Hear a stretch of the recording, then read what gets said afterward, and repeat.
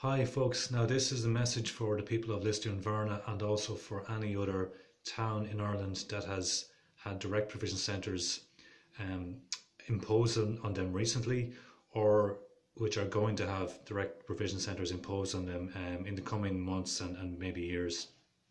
And my message is this: you have to say 100% no to these direct provision centres. You have to completely not accept any of these supposed asylum seekers.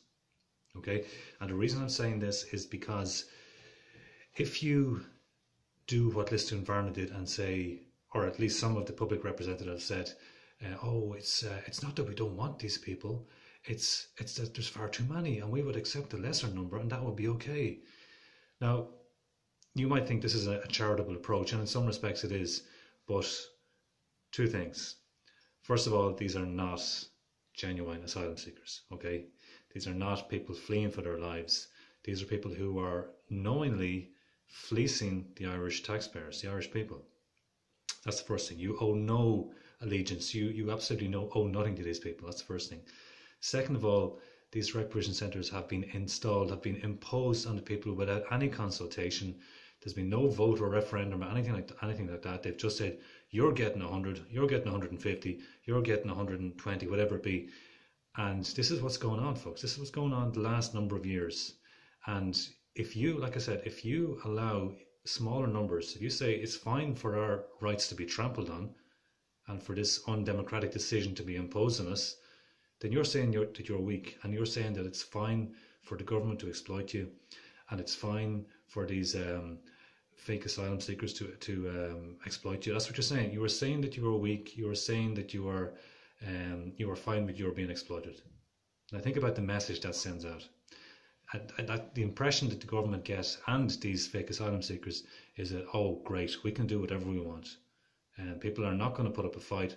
People are not going to stand up for their own country, for their own local area, just for democracy even. They're not going to stand up for it. They're too weak. And they're too afraid of being called a racist. You have to let go of this, folks. You've got to let go of this fear of being called a racist, okay? This is just a complete straw man. This is something the media do, and even some politicians do, and these kind of social justice activists do. And it's just to advance open borders and to allow these fake asylum seekers, people pretending to be fleeing for their lives when they're actually just economic migrants. You know, think about it. Are you okay with this? Are you okay with people trampling all over your rights, and these people who are not genuine at all being allowed to come in significantly increasing numbers all the time and be imposed on undemocratically all around the country, and it's only going to increase?